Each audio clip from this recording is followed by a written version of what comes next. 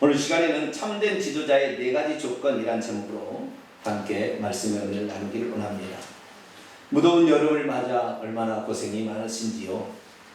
밤에 잠을 설칠 때도 있었을 것이고, 이번 주 지나면 그래도 선선해진다니까 한 주만 잘 참고 이겨내시길 바랍니다.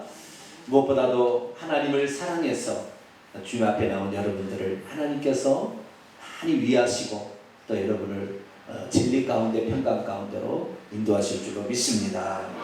하나님을 사랑하는 자는 모든 일을 한데가에 선을 이룬다고 했으니 때로는 실패하더라도 기도하면서 나아가서 우리 모든 삶이 주께 영광이 되어지기를 간절히 바랍니다. 지금 우리 시대에는 참된 지도자가 필요한 시기입니다.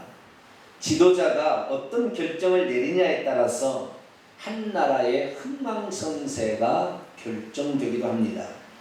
올해 55세의 미국의 44대 대통령 오바마, 그가 첫 번째 대통령의 임기를 시작하던 2009년만 해도 미국에서 동성결혼이 허용된 주는 단지 3개의 주에 불과했습니다.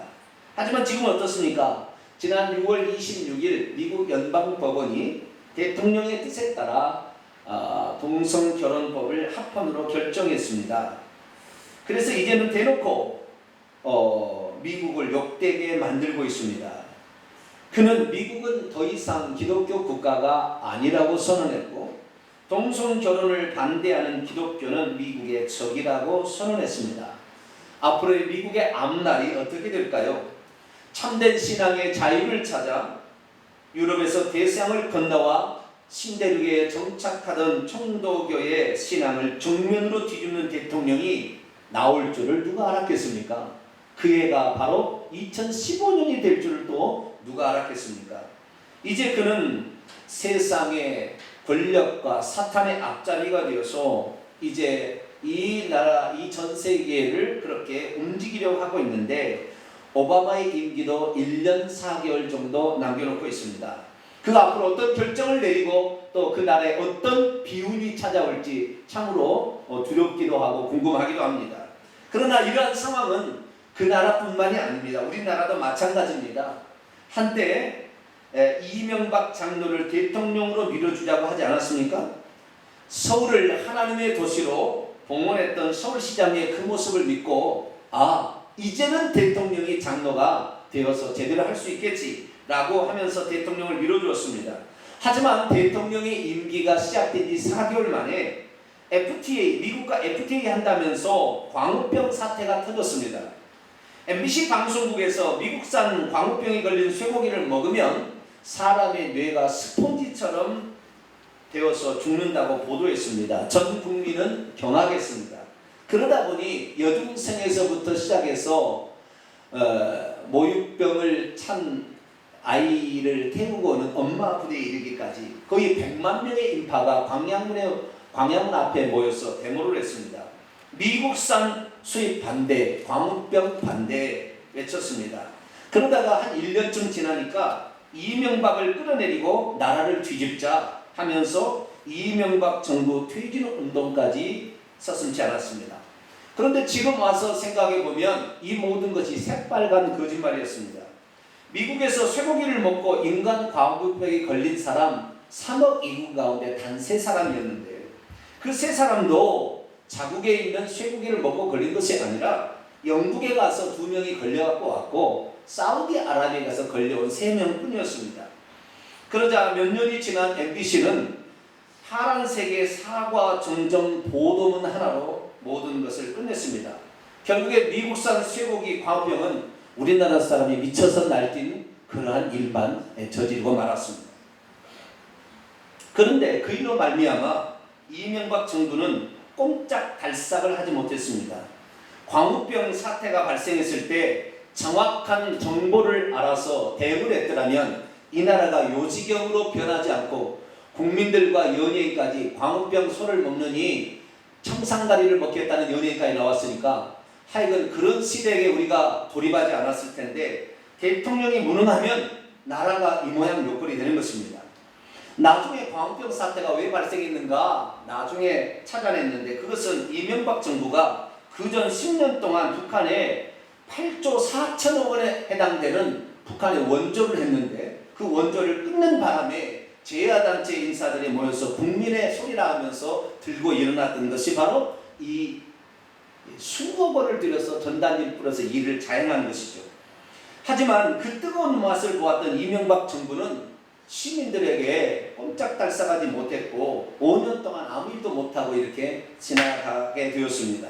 나중에 한 3년이 지나자 북한을 달래야 되겠다, 북한을 지원해야 되겠다 생각하고 은밀하게 북한과 남북 정상회담을 추진하기 위한 사절단을 보냈습니다.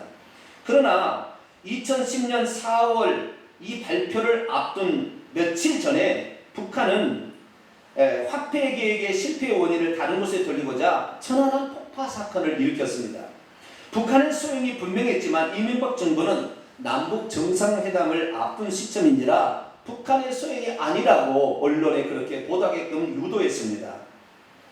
그리고 뭐 한 가지 업적을 남겨야 되겠다 생각하고 무려 22조 원의 돈을 쏟아부어서 4대갑 유역 종합개발사업을 추진했는데 지금 그 사업이 잘했는지 아무도 잘했다고 얘기한 사람이 없는, 그래서 수질 오염과 더불어서 이 나라에 수많은 그런 사람으로 청년 일자리를 만들었으면 얼마나 좋았겠냐는 말이 지금 있습니다. 한 나라의 대통령이 되음에도 불구하고 사태 파악을 제대로 하지 못한 채 백성들을 바른 길로 인도하지 못했던 무능한 정부, 그것이 바로 이명박 정부였습니다. 그는 그래도 경제를 살려보겠다고 외국으로 이렇게 많이 다녔는데 지금 보니까 얼마나 많은 돈을 그 외국에 줘서 사업을 실패했는지 돈이 헤아릴 수 없는 천문학 숫자의 빚을 지고 있습니다. 그래도 안 되니까 이슬람에 있는 돈을 공짜로 빌려다 쓴다고 스코법을 통과시키려고 압력을 행사했던 사람이 이명박 대통령입니다. 이제는 지난 과거의 일입니다. 우리는 지금 2015년에 살고 있습니다.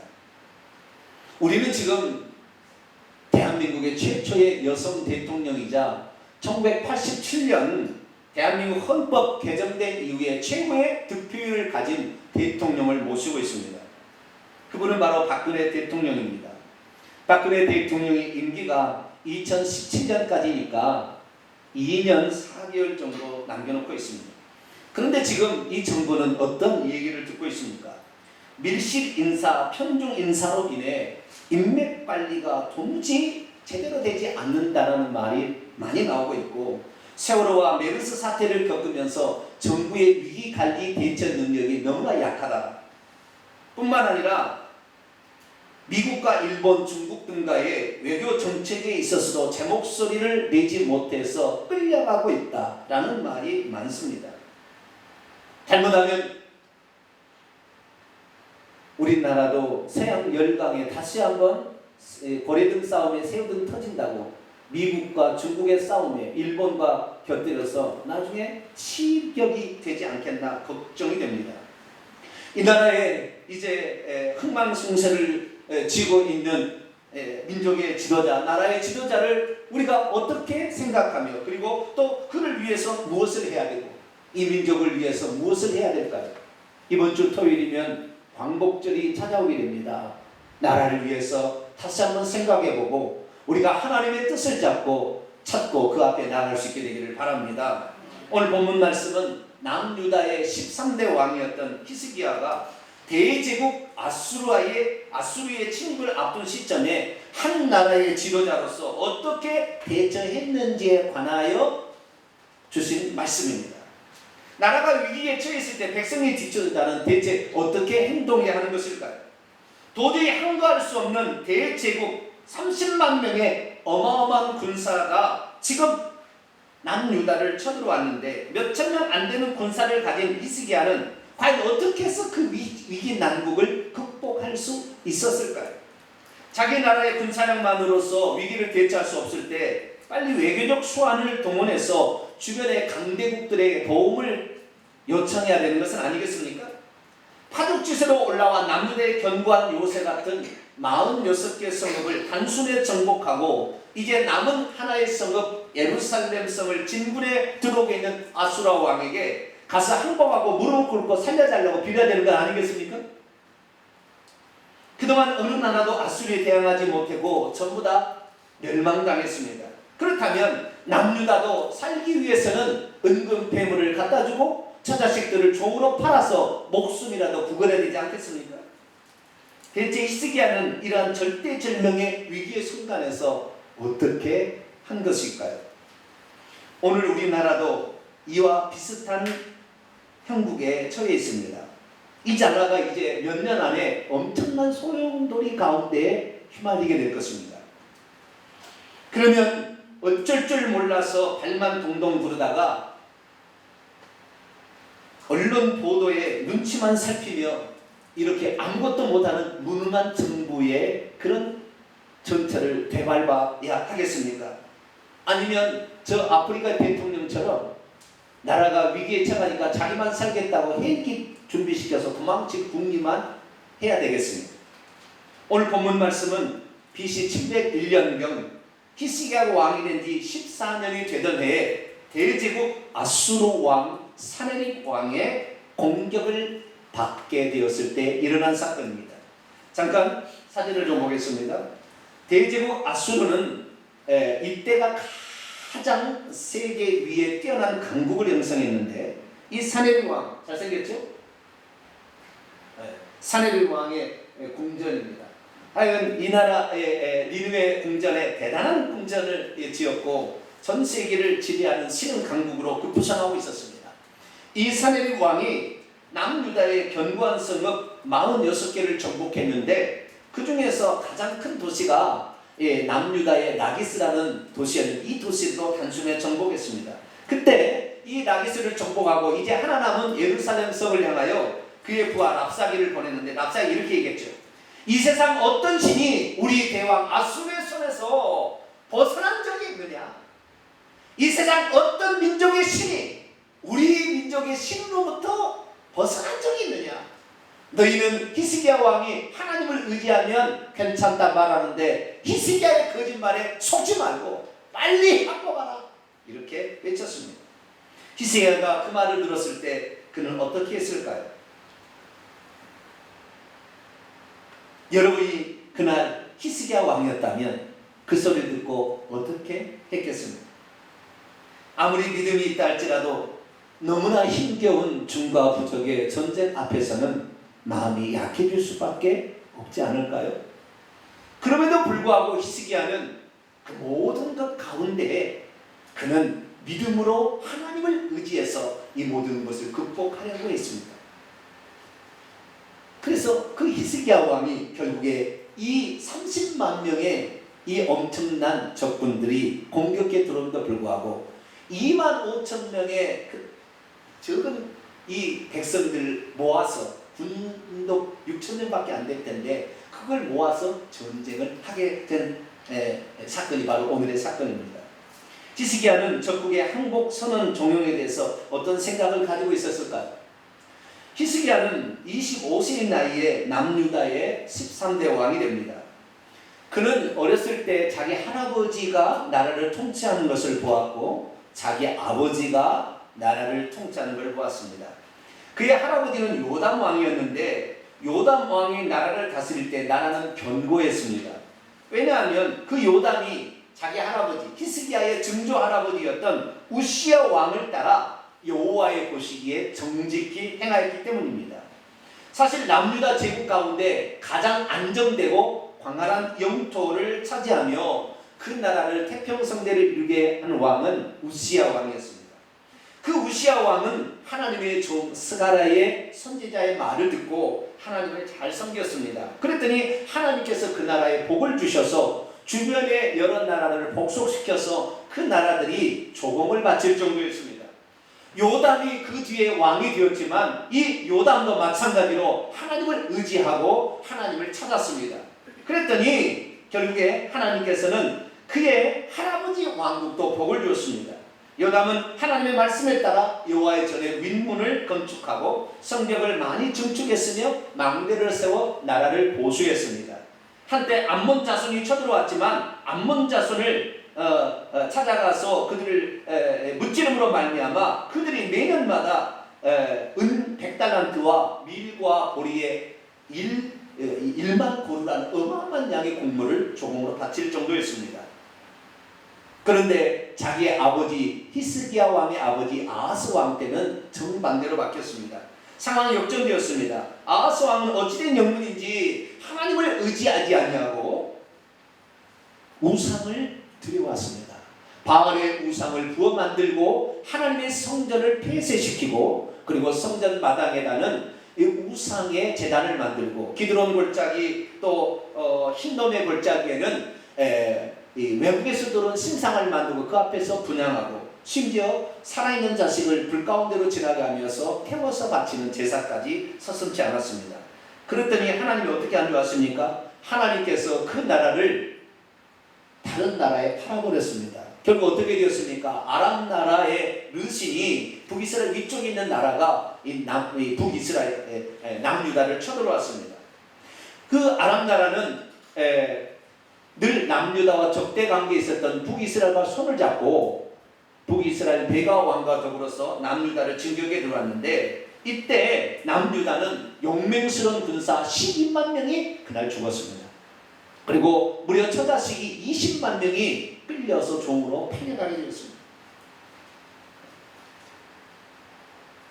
그러자 아하스 왕은 이제 북쪽에 북이스라엘과 아람 나라도 자기 나라를 이렇게 힘들게 하고 그러자 이제 이렇게 약해지니까 암몬 족속과 블레셋 족속도 침입하고 어찌할 수 없자 그가 선택하는 것은 그 아람 나라의 북쪽에 위치해 있었던 아수르 제국 티글랏-빌레셋 오늘 본문에 등장하는 사릴 왕의 할아버지입니다. 이 티글랏-빌레셋 왕에 가가지고 도움을 요청했습니다. 우리나라가 망하게 생겼으니 우리나라를 좀 도와주시면 당신이 원하는 걸 다 해주겠습니다. 그런데 마침 티글랏-빌레셀도 신은 강국으로서 뭔가 지금 아람 나라를 무찌해야 하는데 명분이 없었는데 좋은 명분이 생겼다 이렇게 생각해서 군사를 이끌고 아람 나라를 진격에 들어서 아람 나라를 지구상에서 없앴습니다. 그리고 북이스라엘도 이 초토화를 시켜버렸습니다. 그리고 이 아람 나라의 수도였던 다메섹을 제2의 수도로 삼고 거기에서 나라를 통치했습니다. 아하스 왕은 이 티글랏-빌레셋 왕을 찾아가서 다메섹까지 찾아가서 머리를 조아리고 읊조리며 당신이 시킨 대로 하겠습니다. 그래서 어마어마한 전쟁 배상금을 내야 됐는데 왕궁에 있는 모든 곳간에 그것을 다 이렇게 내주고 그리고 그래도 안 되니까 성전 기둥에 있는 금까지 베개다가 아수르 이 티글랏-빌레셋 왕에게 바쳤습니다. 그런데 그렇게 하고 만족할 줄 알았는데 티글랏-빌레셋 이 아수르 왕은 사실은 저 밑에 있는 애굽 나라까지 정복할 목적이었기 때문에 중간에 이 남유다가 있는 것이 별로 좋지 않아요. 그래서 남유다를 먹기 위해서 다시 침범에 들어온 것입니다. 이 모든 광경을 지켜본 히스기야 이 나라를 어떻게 하면 지킬 수 있을까? 속수무책으로 그 앞에 무너질 수많은 남유다의 견고한 요새들 그걸 바라보면서 그는 왕이 되자마자 그는 이 나라를 살릴 수 있는 방법은 하나님의 도우심을 구하지 않으면 이건 안 되겠다. 아무리 강대국을 의지한다고 해도 그 강대국이 나를 도와주는 것이 아니라 오히려 백성을 힘들게 한다. 그 생각을 했기 때문에 그는 아버지로부터 왕위를 물려받자마자 종교개혁을 단행했습니다. 아버지가 문을 닫았던 성전 문을 열고 성전을 깨끗이 청소하고 성전 기념과 제사를 드릴수록 모든 제도를 완비하며 제사장들아 힘을 내라 우리나라가 하나님을 의지해서 살 수 있다. 그렇게 해서 그때부터 하나님께 예배를 회복하며 제사를 드리고 그리고 이제 그 와중에 북이스라엘 나라가 멸망을 당합니다. 그러자 이 북이스라엘 나라까지 보발꾼을 보내서 남유다에 와서 절기를 지키라 해서 유월절을 성대하게 지켰습니다. 이 절기를 얼마나 크게 지켰는지 그 전에도 없었고 그 후에도 없었다. 그래서 온 백성들이 큰 기쁨에 이렇게 있었어요. 그러던 시점 히스기야 왕 14년에 이 아수르 왕 사네립이 다시 남유다를 쳐들어왔습니다. 자 보십시오. 견고한 성읍들을 향하여 진격에 들어가는 그들의 모양을 벽화로 부조로 남겨놓은 것입니다. 지금도 역사적 기록으로 아시리아라는 거죠. 아수르는 아시리아인데 이 세상 역사적인 아시리아의 공격의 전투가 남겨 있습니다. 사내립이 30만 명의 군대를 이끌고 남유다를 쳐들어온 것입니다. 파죽지세로 남유다의 성읍을 정복했고 가장 견고하다는 라기스, 다음 글입니다. 라기스라는 이 견고하던 요새마저 정복했습니다. 그리고 라기스에게 거점에서, 이 라기스는 예루살렘보다 한참 밑에입니다. 애굽을 진격에 들어가기 때문에 중간에 거점으로 삼은 것입니다. 이게 이 예루살렘은 좀 북쪽의 우측에 존재하는데 여기만 정복하면 끝인 것입니다. 그래서 사내립은 이제 저 애굽을 정복하게 한 이 계획을 세우면서 그의 부하 랍사게를 시켜서 예루살렘 왕에 찾아가서 항복을 청용하라고 얘기했습니다. 랍사게는 즉시 나아가 이스라엘 백성에 항복하라고, 너희들이 믿는 하나님, 지금까지 어떤 나라가 이 아수르 대항에서 살아남은 적이 있느냐, 항복하라. 너희들이 하나님을 의지하라고 외치는 저 히스기야를 믿는 것은 어리석은 짓이다, 이렇게 얘기를 하는 거예요. 그 얘기를 들었던 히스기야 과연 어떻게 했을까요?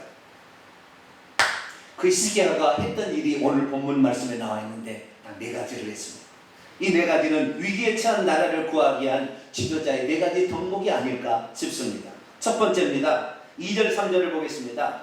히스기야가 사내립이 예루살렘을 치러 옴을 보고 그의 방백들과 용사들과 더불어 의논했다. 첫 번째는 히스기야 왕은 이 나라가 위기에 처한 상황을 보고 자기 혼자 독단적으로 일을 처리하지 아니하고 백성의 방백들과 용사들, 이 지도자들을, 그 전쟁의 전문가들, 군사 전문가들을 불러다가 중지를 모았다는 것입니다.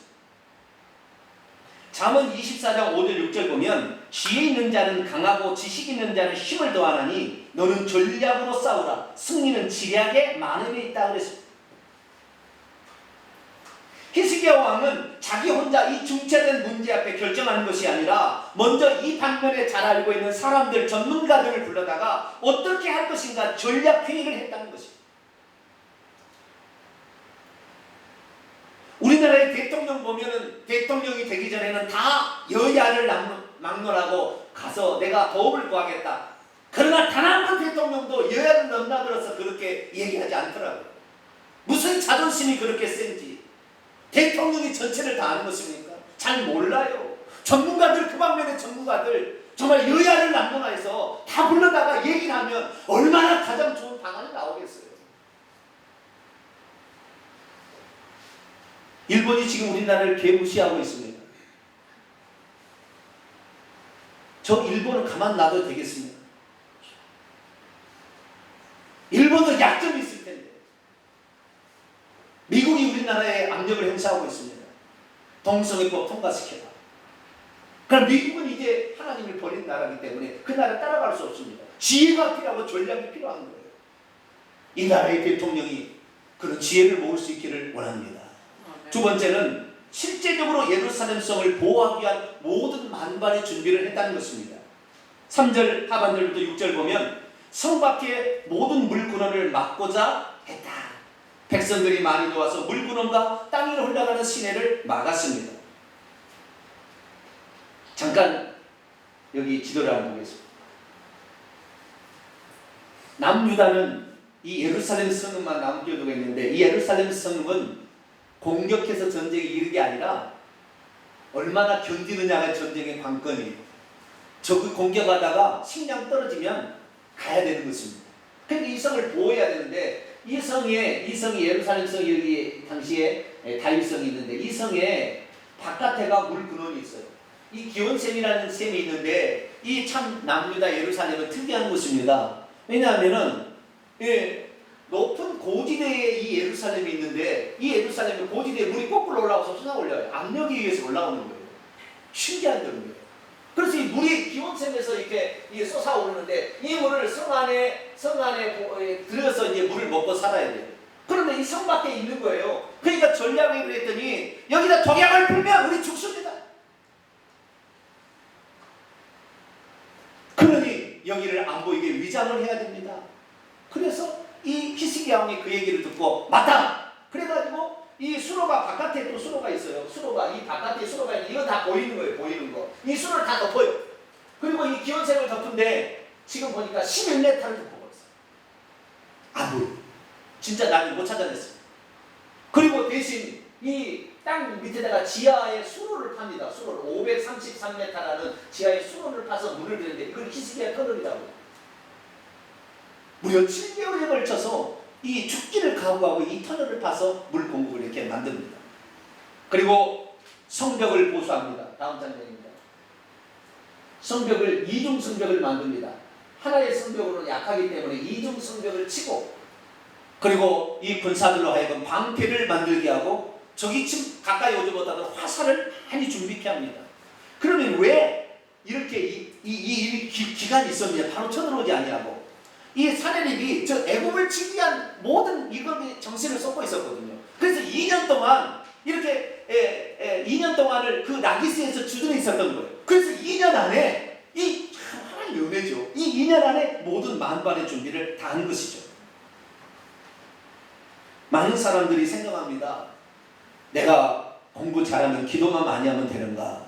그거 아닙니다. 공부 열심히 해야 됩니다.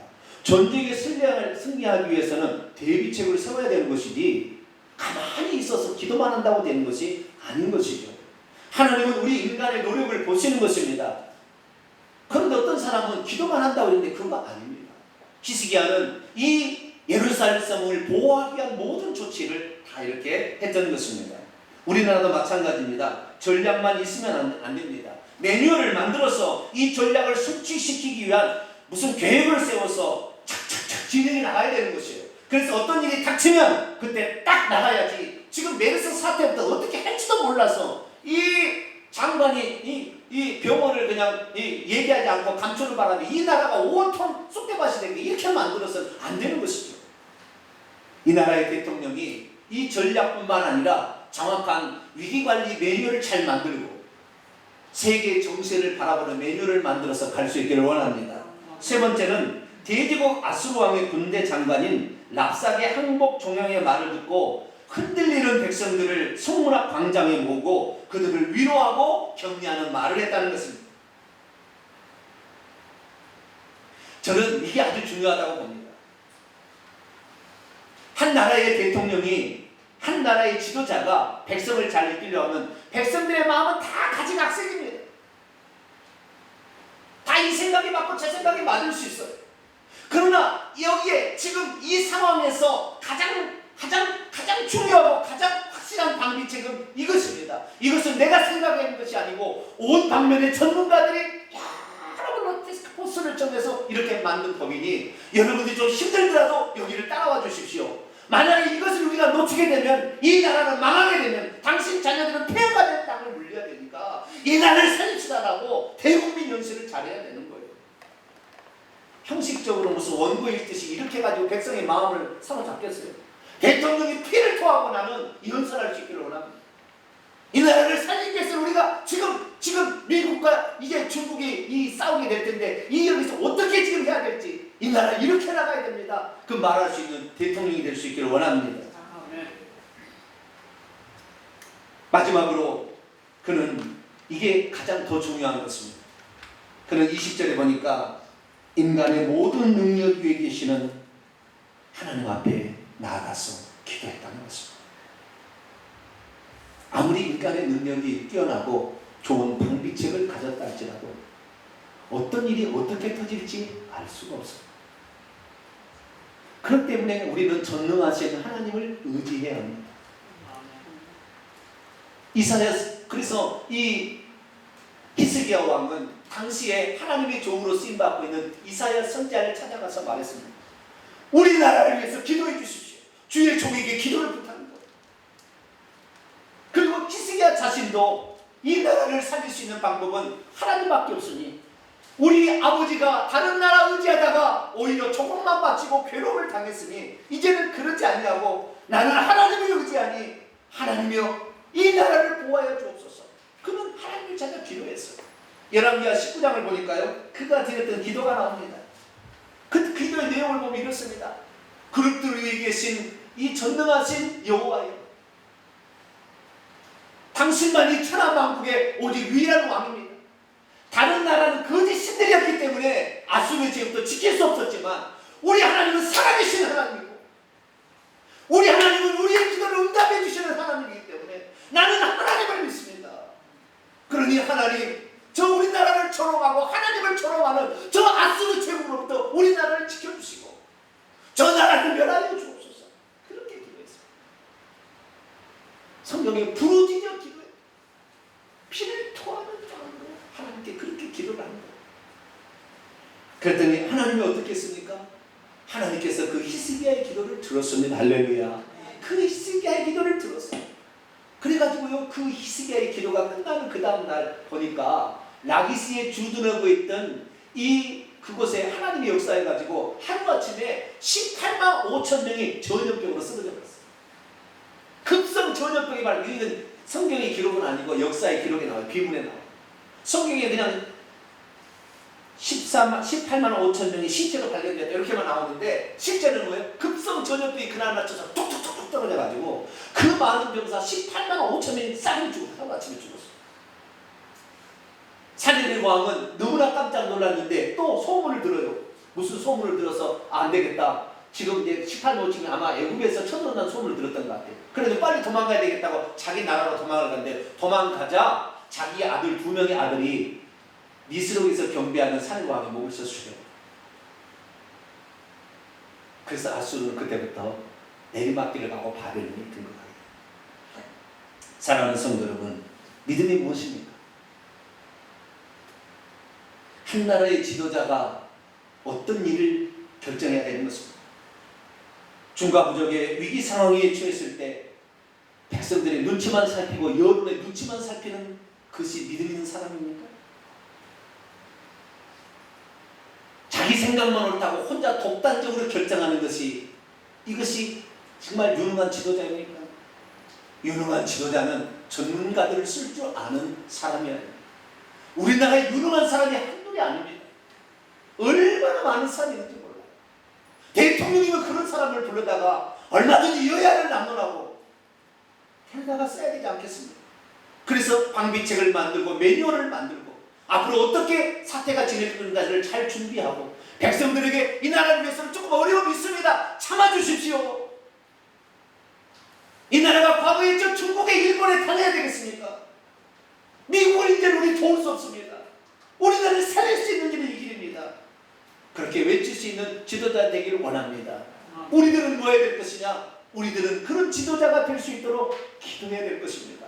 우리가 직접 그들에게 이 대통령이 할 수 없잖아요. 그 대통령을 보좌하는 이 지휘관들이 믿는 정말 참다운 사람이 들어가서 활동할 수 있도록 기도로 지원해야 될 줄로 믿습니다. 정말 훌륭한 지도자들, 믿음 있는 지도자들이 대통령이 조언할 수 있도록 길이 열려줄 수 있도록 기도해야 될 줄로 믿습니다.